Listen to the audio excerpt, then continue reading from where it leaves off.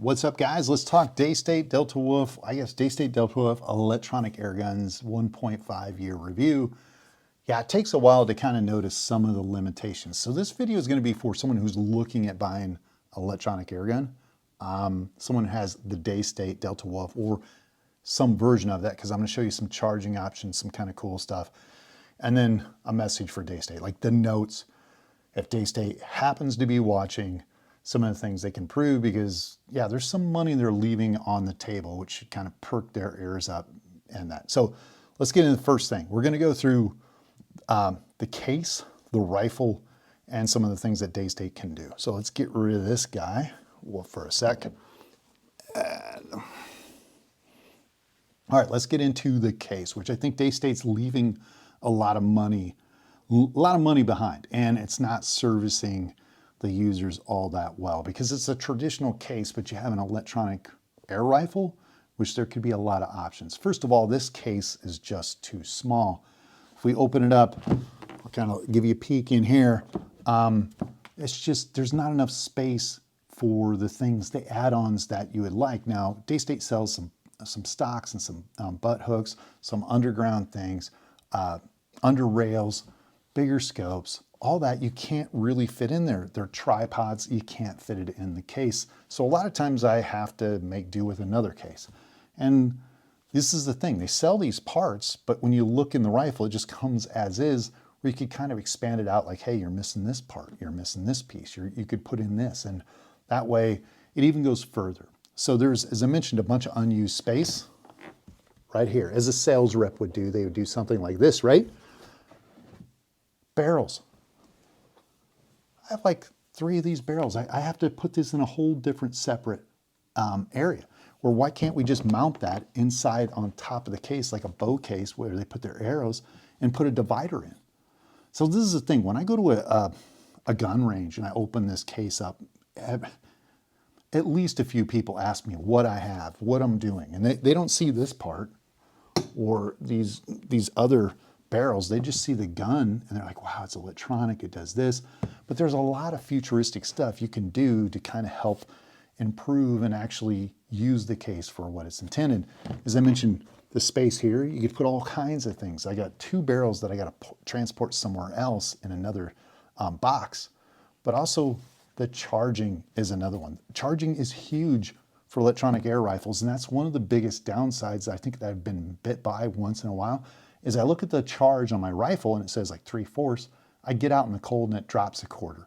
And then it starts failing really quick, because you know how when you don't use something right away, it gives you kind of a false indicator of how much power's in it?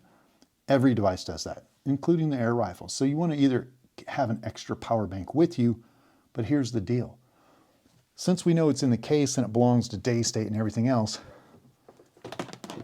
I'm going to try this. I'm going to probably start opening up, modifying my case and putting solar panels in. A lot of survivalist guys, a lot of outdoor guys have that for charging batteries. Why not have it in there? Multiple panels. And then, if you guys know this is a power bank, a USB 3 power bank that I put it in here. I put it in the case now to charge my rifle, which probably takes like a day to charge it from like nothing to full. And it's a slow trickle charge. But why don't we have the solar panels? Solar panels just out here charge up a couple different banks, and that way everything is possible. Like literally, you could go out, you could have it in your car, it's charging, it's plugged in, it's charging as you're traveling. Maybe you go out for a day in the range, and then you put it back in the case, and it's charging as well. And so there's a lot of missed opportunities. This is the case, right? Why don't we have a USB 3C that we just plug in here to the wall when we get home, if there's no sunlight, and then have it charge up the power banks? Being an all digital solution, there's some futuristic stuff that I like to mention, and that is this guy. This is a USB 3 wireless charger. Essentially, this is what is kind of in your phone, and you put it on the charging pad, you just snap it on and it goes. So why can't we just plug it in, have a pad here, and then put this one of these? It's only like 15 bucks.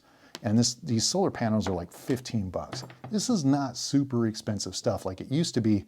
And this little charger you put in the version 2 of the Delta Wolf, have it automatically charged. You lay your gun down in the case, it's plugged in USB-C 3, and it charges overnight. Good to go, right? Power banks charging, everything there. Yeah.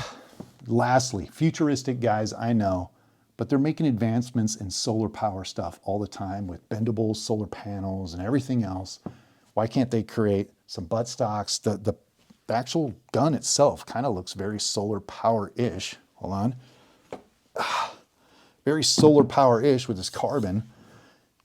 Buttstock, all kinds of stuff. You can put maybe possibly solar charging stuff on the rifle and just have it kind of be a 24/7 thing. If you're out in the field, trickle charge it, whatever. Just an option, just a consideration in the future, because if you're not going to do it, someone else will. I'm just Daystate. There's people coming out with electronic stuff all the time, and they're going to take some of this new tech and start integrating it into the rifle. So that is it, man. That's a rundown on the case. I think there's a lot of missed opportunities, bigger space, integrate everything that you're going to sell, your bipods, bigger tanks you're going to need, and that. And so let's go over the gun. This is the second part. What's the biggest one on here that I changed out already? This guy. This is 480cc tank. Anemic by today's standards versus some of the big dogs, right? Like they're pushing 580. This is 700cc tank. Definitely going to need it. Longer barrels, 24-inch barrel, could go to 28, get a little bit more power, because in 30 cal, I find this gun a little bit underpowered to be shooting slugs. Does okay for pellets, but slugs, it could use some improvement. Higher capacity magazines, right now I think maybe 10 or 12 per a mag, per mag, and you can kind of double them up. So you might get like 20, but it could, compared to the competition, and the mags are super expensive. Now, you kind of like it or you appreciate it if you don't have any double loads and it's not a pain, but just know that, yeah, it could be a little bit better. All right, the next one that I like to say is color code your barrels or put a marker stamp on the caliber. Super important. I'm going down the road and immediately I'm like, oh, I have 22 ammo. Do I have a 177 barrel? I pull off the side of the road. It takes me about 40 minutes to get to my shooting range, and I don't know. I'm looking at it. I'm looking everywhere, looking for a sign. I can't find it. So color code it or label it. You can color code it kind of like martial arts. White would be 177, yellow would be 22, green belt would be 25 or something like that. Maybe your black belt would be like a 357 or 457 or something like that. But it's really important because, yeah, it kind of ruins your day when you have to go back to get your, like the right ammo or the right barrel, and then you're just pretty much shot. And so knowing that, right off the bat, if you see a red or a blue or a green, you're like, oh, I need this ammo. It just reminds you right off the bat that that's what you're going to need. Let's talk about the chrono. Now the chrono, your Bluetooth app, you need to get that out. I've been hearing rumors. I'm not sure if it's possible, but if there's a way to capture your shot string, kind of like the FX radar, to be able to capture that in your phone, to give you standard deviation over long, extreme spread, all that kind of stuff, do it. The second one is in your Windows application that you have now that plugs in through the USB 3C. USB-C 3, yeah, I think that was it.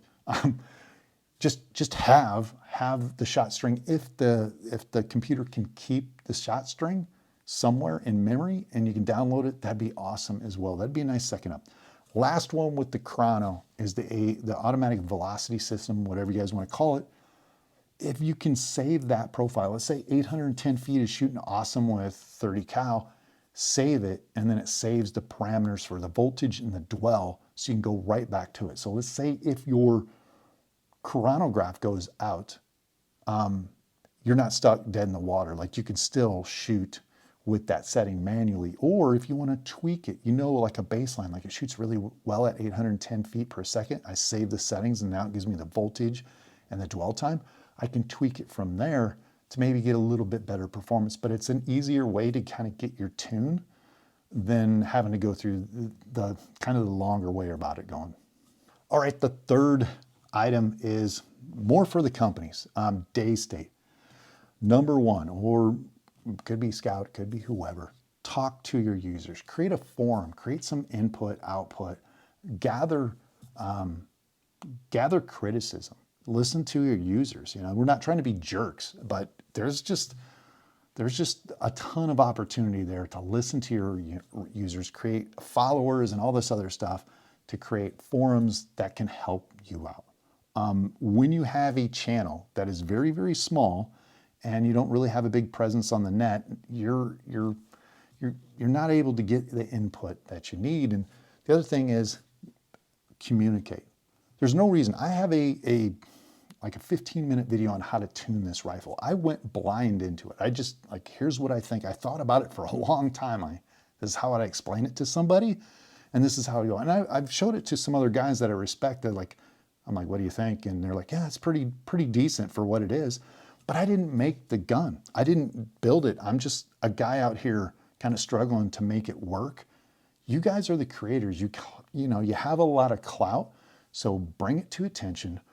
Put professional video out on how they would go about this. And then the last one,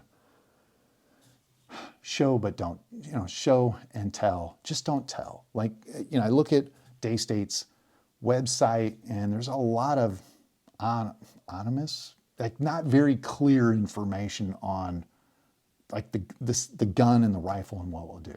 And you kind of have to cipher it out. You look at other, like, oh, we'll do this, oh, we'll do that. It's really well hidden in your communication of that.